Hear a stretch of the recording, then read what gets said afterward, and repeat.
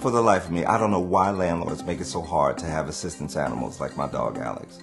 My last apartment, the building manager was a real problem. When you have access to so much information, you have the responsibility to be very careful how you use the information and share that information with clients in the MLS.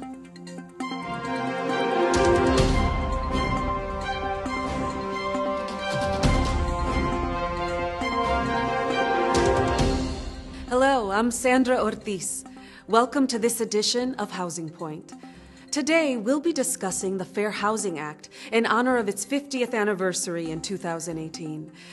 President Lyndon B. Johnson signed the Fair Housing Act on April 11, 1968, just days after Martin Luther King Jr. was assassinated. Dr. King was the country's most notable proponent of fair housing, marching in the streets of Chicago in 1966 to end the years of housing discrimination experienced in communities across the country.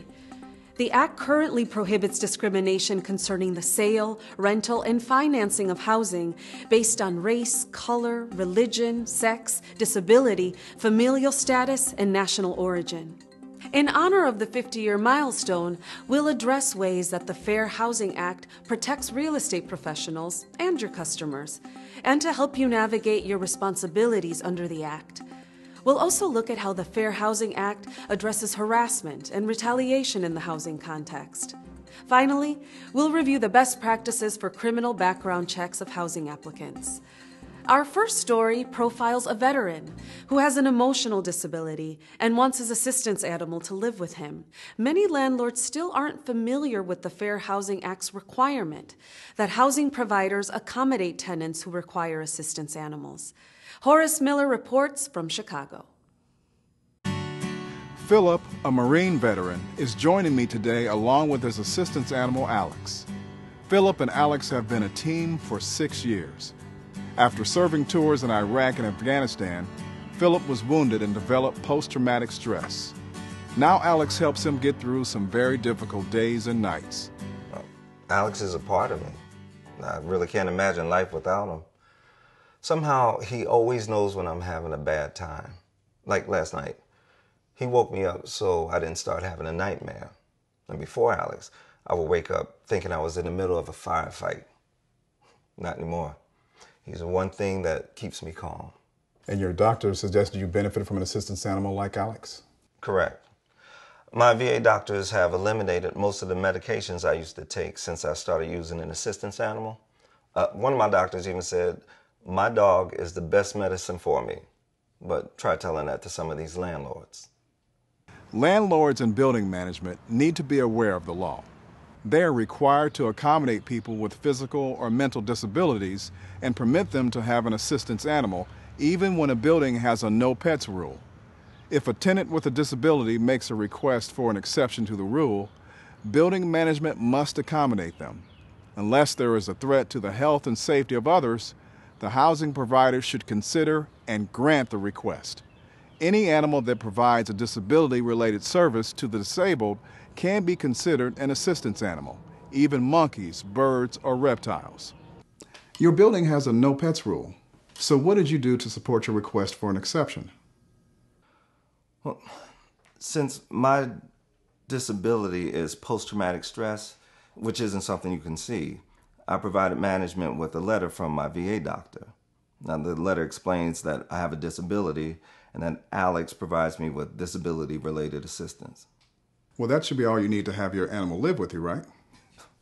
You would think so, but then the landlord wanted to know what my disability was, what medication I was taking, and some other health-related information, which I didn't think was any of their business.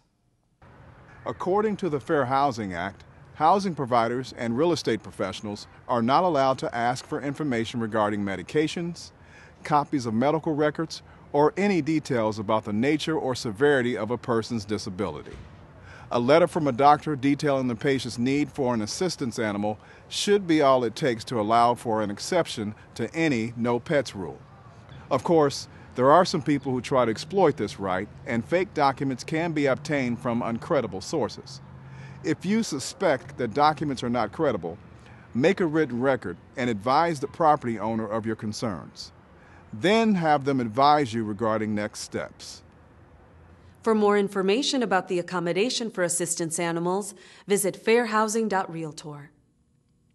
Our next story concerns a mom who not only had to deal with harassment and retaliation from her landlord, but also another problem: discrimination against families with children, a protected class under the Fair Housing Act. Anne is a divorced mother living with her 9-year-old daughter, Casey. She thought she had found the perfect apartment for the two of them. But soon after moving in, the landlord began to harass her. When she reported his inappropriate behavior, he retaliated by shutting off her water. At first, he seemed really friendly, going out of his way to see if I needed anything. But then it became uncomfortable, and I complained. The next day, I went to give my daughter a bath, and the water had been shut off. And when I called my landlord about the problem, he wouldn't return my calls. Under the Fair Housing Act, just a single incident of harassment, such as a demand for sexual favors, may be enough evidence to constitute a hostile living environment. The Fair Housing Act also prohibits retaliation against anyone who reports a discriminatory housing practice. Now Anne wants to find a different one-bedroom apartment for herself and her daughter, but she's running into something else: landlords who don't want to rent to her because she has a child living with her. First, I had to deal with management companies that don't want to rent to families who have kids. Is it against the law for them to even ask if you have children? Well, they have ways of finding out. Social media, for instance. And usually they'll ask the ages of everyone in the family on those applications that you have to fill out. Or they will ask you, "So how old are your kids?" out of the blue, and then before you know it, you're answering without even thinking. And then suddenly they don't have any apartments available to rent right now, or ever. So that's why I only give our names. And sometimes landlords will actually say in their ads that they're renting to adults only, or they will imply that they don't want kids. Familial status is a protected class under the Fair Housing Act, making it unlawful for housing providers to deny housing outright because a family has children living with them under the age of 18. These same protections apply to families who are expecting or adopting children. Additionally, housing providers may not restrict families with children to live in certain areas of the building complex, or refuse to let them use certain facilities. There are exceptions, including certain types of housing designed just for people 55 years or older. But for the majority of people looking for a place to live, the ages of their family members should have no bearing on their ability to find a home. My family's just my daughter and me, so I want to rent a one-bedroom because I'm on a limited budget. Even though there are buildings that allow kids, I was told that I have to rent a two-bedroom because there are two people in my family. But I'm sure they must allow people who are roommates get a one-bedroom. And what about people who are married? Exactly what my broker said. Amazing how easy it was to get a one-bedroom when she brought that up and made it clear that we knew the law. To learn more about the Fair Housing Act's protections against harassment, retaliation, and discrimination against families with children, visit fairhousing.realtor. Our final fair housing story is about big data and its link to steering. I don't have to tell you, big data is everywhere. It's in your pocket, it's in your wallet, your house, your car, and of course, on social media. Big data helps you offer enhanced service to your prospects, but it can also lead to accusations of steering. Horace Miller reports from San Jose, California.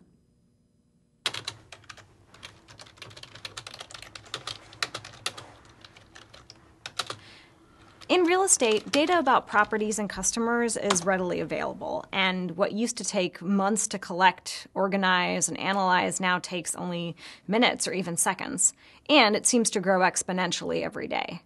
There are even a number of services that aggregate all the data for a property to make it useful for a single housing transaction. So what kind of information is available to you?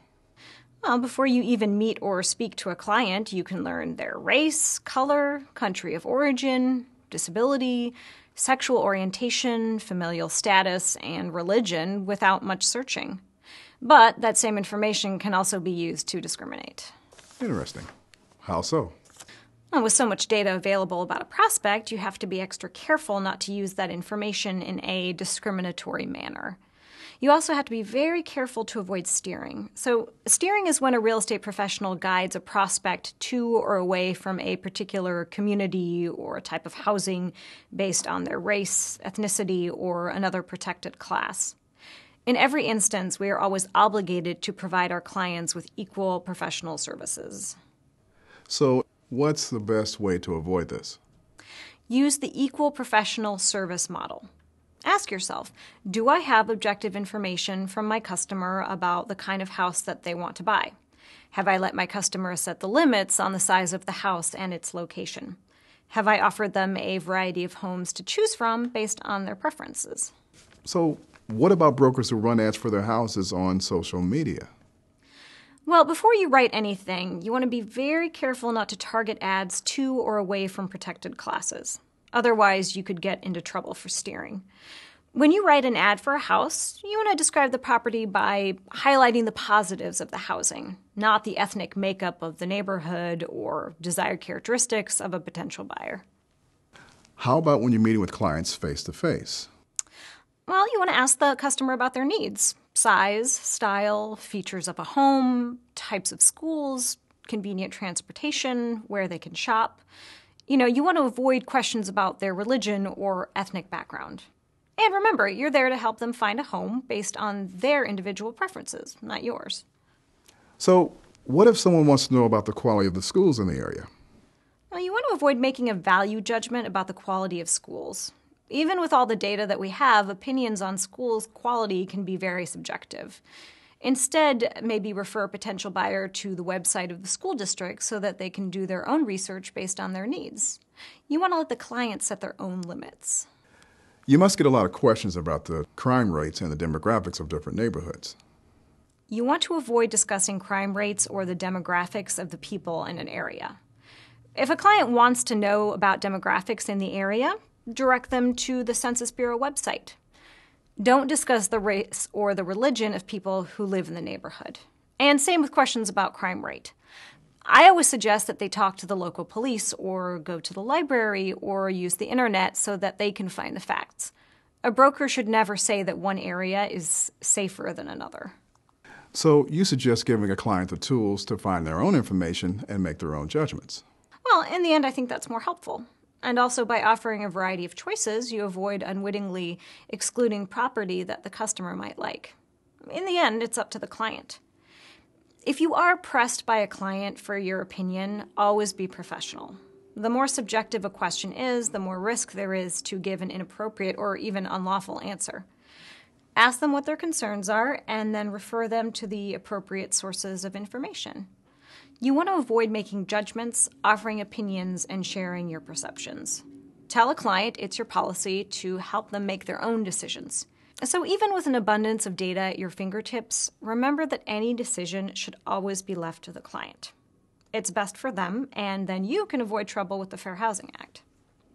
For more information on big data and how to avoid steering, visit fairhousing.realtor. Horace Miller joins me now via satellite to discuss criminal background checks. So, Horace, what have you learned in your travels around the country? Well, Sandra, the criminal background check issue poses a pretty daunting problem for people with a criminal history, as some individuals still seem to have trouble getting an application approved to rent an apartment. That doesn't seem fair. It's more than not fair. In some instances, it can be illegal. How should real estate professionals handle these situations? Landlords should implement a written policy for criminal background checks of housing applicants and apply that policy consistently to every applicant. A written policy gets everyone on the same page.